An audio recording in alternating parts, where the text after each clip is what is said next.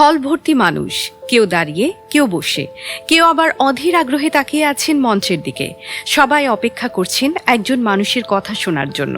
কিছুক্ষণ পর মঞ্চে উঠলেন লম্বা সরু গড়নের এক মানুষ, চোখে চশমা, পরনে স্যুট, মুখে দৃঢ়তা। তিনি মাইকের সামনে দাঁড়িয়ে বললেন, আসসালামু আলাইকুম। এরপর আর কথা এগোয়নি। হলের ভেতর হঠাৎ গোলমাল, পেছন দিক থেকে চিৎকার, তারপর গুলির শব্দ।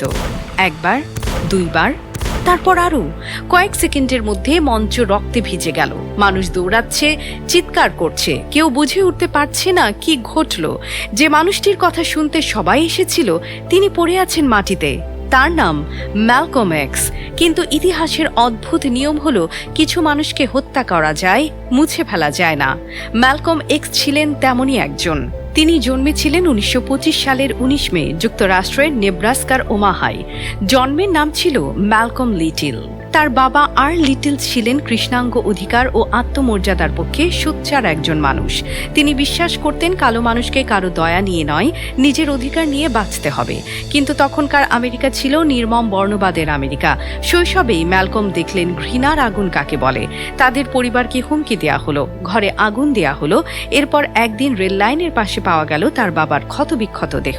সরকারি ভাষায় সেটি ছিল দুর্ঘটনা, কিন্তু ম্যালকমের পরিবার জানত এর পেছনে ছিল বর্ণবাদী সন্ত্রাসের ছায়া। বাবার মৃত্যুর পর সংসার ভেঙে গেল। মা লুইস মানসিকভাবে ভেঙে পড়লেন। সন্তানদের আলাদা করে দেয়া হলো বিভিন্ন ফস্টার হোমে। ম্যালকম তখন শিশু, কিন্তু শিশু মনেই তিনি বুঝে ফেললেন এই সমাজ তাকে সহজে মানুষ হিসেবে স্বীকার করবে না। স্কুলে তিনি ভালো ছাত্র ছিলেন, স্বপ্ন দেখতেন আইনজীবী হবার। কিন্তু এক শিক্ষক তাকে বললেন, কালো ছেলের জন্য এমন স্বপ্ন মানায় না, কাঠমিস্ত্রি হওয়াই ভালো। সেই অপমান ম্যালকম ভুলতে পারেননি। এরপর জীবনের পথ তাকে নিয়ে গেল বোস্টন, তারপর নিউ ইয়র্কে। শহরের আলো, রাস্তার জীবন, অপরাধের দুনিয়া, মাদক, জুয়া, চুরি, অস্ত্র, সবকিছুর সঙ্গে জড়িয়ে পড়লেন তিনি। তখন তাকে অনেকেই চিনত ডেট্রয়েট রেড নামে। কিন্তু এই রুক্ষ পথভ্রষ্ট যুবকের ভেতরে ছিল এক তীক্ষ্ণ মস্তিষ্ক, ছিল প্রশ্ন করার ক্ষমতা, ছিল বদলে যাওয়ার শক্তি। 21 বছর বয়সে চুরির মামলায় কারাগারে গেলেন ম্যালকম। কারাগারের অন্ধকার সেলই হয়ে উঠল তার জীবনের সবচেয়ে বড় মোড়। প্রথম দিকে তিনি ক্ষুব্ধ ছিলেন, অস্থির ছিলেন, কিন্তু ধীরে ধীরে বইয়ের কাছে ফিরে গেলেন। জেলের লাইব্রেরিতে বসে পড়তে শুরু করলেন ইতিহাস, ধর্ম, রাজনীতি, সভ্যতা আর মানুষের মুক্তির সংগ্রাম। বই তাকে নতুন চোখ দিল। তিনি বুঝলেন তার পরিচয় শুধু আমেরিকার দেয়া অপমানের মধ্যে আটকে নেই, তার শিকড় আরও গভীরে, আফ্রিকার ইতিহাসে হারানো এক উত্তরাধিকারে। তাই তিনি নিজের নাম শেষ অংশ লিটল বাদ দিলেন, বললেন এটি দাসত্বের স্মৃতি। তিনি নিজের নাম রাখলেন ম্যালকম এক্স। এই এক্স ছিল হারিয়ে যাওয়া পরিচয়ের চিহ্ন। 1952 সালে কারাগার থেকে বেরিয়ে এলেন এক নতুন মানুষ, স্যুট পরা, আত্মবিশ্বাসী, পড়াশোনা জানা, তীক্ষ্ণ বক্তা।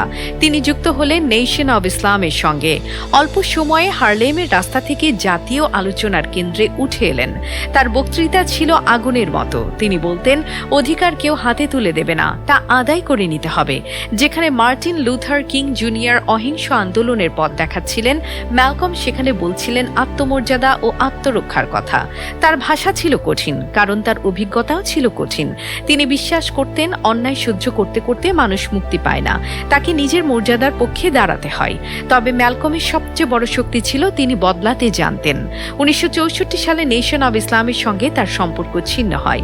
তিনি বুঝতে পারেন সত্যকে কোনো সংগঠন, কোনো নেতা বা কোনো গোষ্ঠীর ভেতর বন্দী করে রাখা যায় না। সে বছরই তিনি হজে যান। মক্কায় গিয়ে তিনি এমন এক দৃশ্য দেখলেন যা তার চিন্তাকে পাল্টে দিল। সাদা, কালো, বাদামি, আরব, আফ্রিকান, এশিয়ান, সবাই একই পোশাকে, একই কাতারে, একই আল্লাহর সামনে দাঁড়িয়ে আছে। এই অভিজ্ঞতা ম্যালকমকে নরম করল না, বরং আরো গভীর করল। তিনি বুঝলেন সব শ্বেতাঙ্গ শত্রু নয়, মানুষের প্রকৃত পরিচয় তার রং নয়, তার চরিত্র। হজ শেষে তিনি পরিচিত হলেন এলহাজ মালিক এল শাবাজ নামে। তার লড়াই তখন শুধু আমেরিকার কৃষ্ণাঙ্গদের জন্য সীমাবদ্ধ থাকল না। তিনি বললেন, নিপীড়িত মানুষ যেখানে আছে তাদের সংগ্রাম এক। কিন্তু যত বড় হচ্ছিল তার চিন্তা, তত বড় হচ্ছিল তার বিপদ।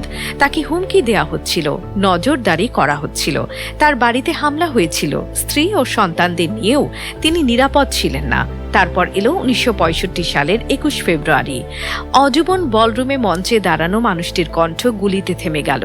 ম্যালকম এক্স তখন মাত্র ৩৯ বছরের, কিন্তু তার গল্প সেদিন শেষ হয়নি। মৃত্যুর পর তার আত্মজীবনী ছড়িয়ে পড়ে লাখ লাখ মানুষের হাতে। নতুন প্রজন্ম জানতে পারে একজন মানুষ কিভাবে অপরাধের অন্ধকার থেকে জ্ঞান, বিশ্বাস, প্রতিবাদ ও মানবতার পথে উঠে আসতে পারেন। আজও যখন আমেরিকায় বর্ণবাদ বিরোধী আন্দোলন হয়, যখন কেউ পুলিশি সহিংসতার বিরুদ্ধে দাঁড়ায়, যখন কোনো কৃষ্ণাঙ্গ তরুণ নিজের মর্যাদার কথা বলে, তখন ম্যালকম এক্সের কণ্ঠ ফিরে আসে। তিনি নিখুঁত মানুষ ছিলেন না। তিনি ভুল করেছেন, মত বদলেছেন, কঠিন কথা বলেছেন, আবার নিজেকেও বদলেছেন। এই কারণেই তিনি এত জীবন্ত। কারণ ম্যালকম এক্স আমাদের শেখান মানুষ অতীতের বন্দী নয়, মানুষ নিজেকে নতুন করে গড়তে পারে। তিনি শেখান অন্যায়ের সামনে নীরব থাকা শান্তি নয়, মর্যাদার পক্ষে দাঁড়ানোই আসল মানবতা। ম্যালকম এক্সকে গুলি করা হয়েছিল, কিন্তু তার প্রশ্নগুলো আজও বেঁচে আছে। সমতা কোথায়? ন্যায় কোথায়? মানুষের মর্যাদা কোথায়? এই প্রশ্নগুলো যতদিন থাকবে, ম্যালকম এক্স ততদিন ইতিহাসের পাতায় নয়, মানুষের প্রতিবাদের ভাষায় বেঁচে থাকবেন।